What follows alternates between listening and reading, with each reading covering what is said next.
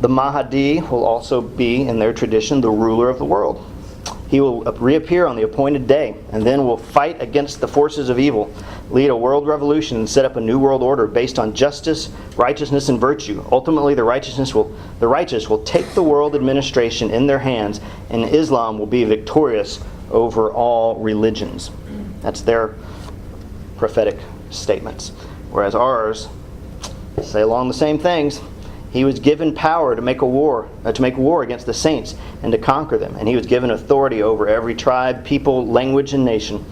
All inhabitants of the earth will worship the beast, all whose name have not been written in the book of life belonging to the Lamb who was slain from the creation of the world. He who has an ear, let him hear. If anyone is to go into captivity he will go. If anyone is to be killed with the sword he will be killed. This calls for patient endurance and faithfulness on the part of the saints. If you can see on the screen the swords, I think it's very interesting that we see the Antichrist described here, authority over all people, tribes, and this is ignoring what Islam says. I think it's very interesting that we see we see the Antichrist described, and then it talks about being killed with the sword. And we see there's 3 actual references to being the saints being killed by the sword in the book of Revelation in the context of the Antichrist and domination. So here we have the Antichrist, the Islamic global signal, which is the 2 crossed swords. And then we'll get into the references in their literature to the importance of the sword. Lastly, I think this is their symbol right here for Allah. This is their written symbol. So when you see this symbol, they fluff it up. I don't know what all these little extra things are. I haven't studied it enough. But the key is this little squiggle thing with the stripe right there on the side. That's their sign for Allah. But notice, there's a sword. I don't know that that's intentional or that's just whatever, but I just found that interesting. And that symbol, kind of get it in your head. Next week we're going to delve into that. Another thing is that the Mahdi, this is just another text about the ruler of the world, Daniel 7:23. I'm going to move on for the sake of time here.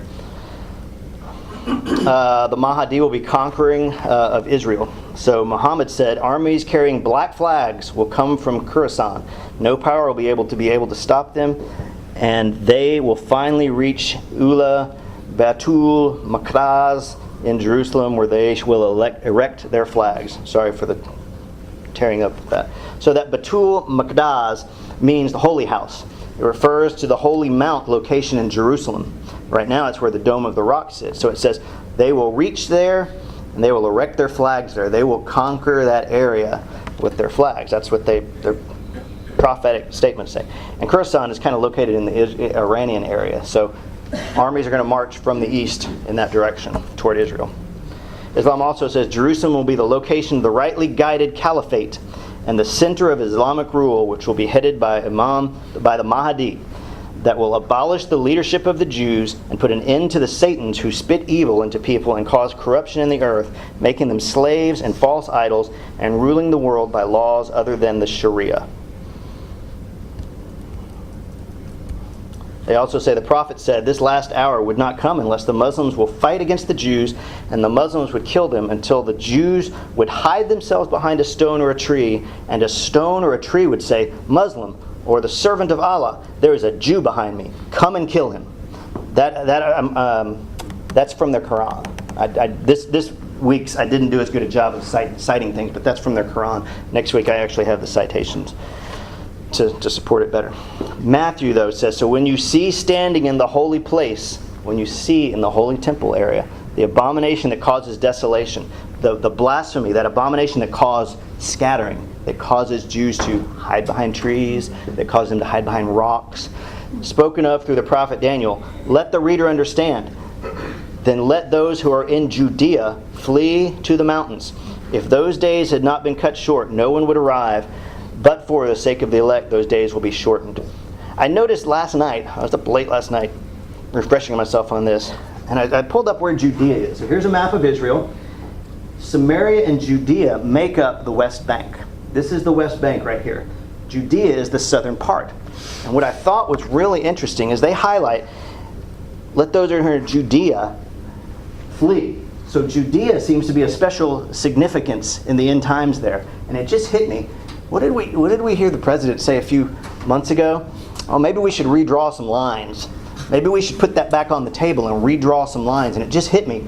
That's a very logical line to draw right there. And let's say, hey, why don't we negotiate? Why don't we put Palestine here with a boundary that is Israel and the Dead Sea with only a very narrow entrance spot right here from Jordan. Maybe make it 5-10 miles wide, that's it. And Palestine, Judea, let's make Judea Palestinian territory now, and you can be the state of... That's totally speculating, but it just hit me. There's something special about Judea that people are going to flee from, that passage says. And in the context of today, it's worth watching the Judea area.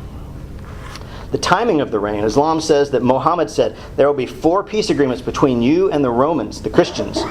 The 4th agreement will be mediated through a person who will be from the progeny of Harun, honorable Aaron, Moses' brother. So it's going to be through the line of Aaron that the Muslim people are going to negotiate. So they're going to negotiate in their traditions with somebody who's Jewish and is of the Aaron descent of the family of Moses, and will be upheld for, watch for it, 7 years. The treaty, the agreement through a Jewish discussion will be upheld for 7 years. The prophet said he will divide the property and will govern the people by the Sunnah and their prophet and establish Islam on the earth. He will remain 7 years again, then die, and the Muslims will pray over him. That's their Mahdi. They believe he's only going to be around for 7 years. That's kind of what we believe too.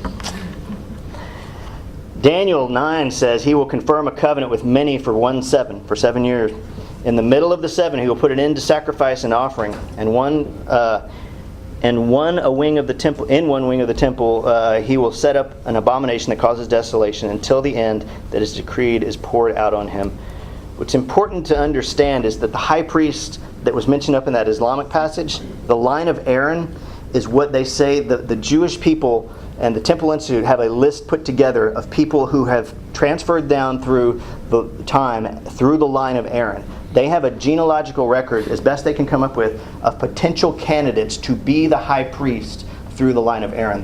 The high priest of the temple has to be from the line of Aaron. So what strikes me and what has struck other people is that who better to negotiate a treaty to build the temple than somebody from the line of Aaron who's going to be in charge of the temple. And so reconciling these two concepts, it makes it, why would you build something if the Islamic people, the Middle Eastern people, are going to immediately come in and destroy it anyway? You want a peace treaty to be in place. So watch for a peace treaty that deals with the building of the temple, and maybe we should watch for who's negotiating that and who's actually signing off on that for the Jewish people. This is an amazing one. Islam says, so Islamic people believe parts of the Bible. They pick and choose which parts of the Bible they like and don't like. And so they say, well, I can subscribe to that. I can agree with that. And this is what one of the primary highest teachers in the region over there says. I find the Mahdi recorded in the book of the prophets, meaning the Bible in Revelation. For instance, the book of Revelation says, I saw and behold a white horse. He sat on him and went forth conquering and to conquer. It is clear that this man is the Mahdi, who will ride the white horse and judge by the Quran with justice, and with whom will be men with marks of prostration on their foreheads, so marks on their foreheads from bowing down 5 times a day. So that's what they teach. Whereas we read, I watched as the Lamb opened the first of the seven seals. Then I heard one of the 4 living creatures say in a voice like thunder, Come! I looked, and there before me was the white horse. Its rider held a bow, and he was given a crown, and he rode out as a conqueror bent on conquest. I'm going to get through the Mahdi, and I'm going to have to quit, unfortunately. The Mahdi will also try to change the set times and laws. What does that mean? So Islam says Jerusalem will be the location of the rightly guided caliphate and the center of Islamic rule. I think we already read part of this, which will be headed by the Mahdi, who will abolish the leadership of the Jews. He will put an end to the Satans who spit, and he will, going to the last part of the sentence, he will rule the world by law, and he will destroy all those who are not guided by Sharia. So he will make Sharia law, the Islamic law, the prevalent law of the world. The Islamic calendar is also based on the career of Muhammad. It begins with the migration of Muhammad from Mecca, And so they have their own calendar, basically, is what I'm trying to say here. The Islamic folks have their own calendar. Current year for them is 1432. It's measured from roughly some point in Muhammad's day. But this is fascinating. This is one of those examples where I say, well, that doesn't make any sense. Now it makes sense. Now it makes sense in this paradigm. Daniel 7. He will speak against the Most High, the Antichrist, and oppress his saints and try to change the set times and the laws. The Antichrist is prophesied in our book from God to try to change the laws and to try to change the times. The saints will be handed over to him for a time, times, and time and a half. So 3.5 years. And we see images like this from all over the place. This is from England, Sharia law for the UK. One more and then I'm done. I'll get announcements up here. Finally, the Mahdi will govern the people by the Sunnah and their prophet and establish Islam on the earth. Islam will be victorious over all religions. And then we see men in Revelation 13. Men worship the dragon. Worshipped. We're going to go into this. The dragon is Satan. So there's a correlation between Satan and Allah that we'll hit next week. Because he had given authority to the beast.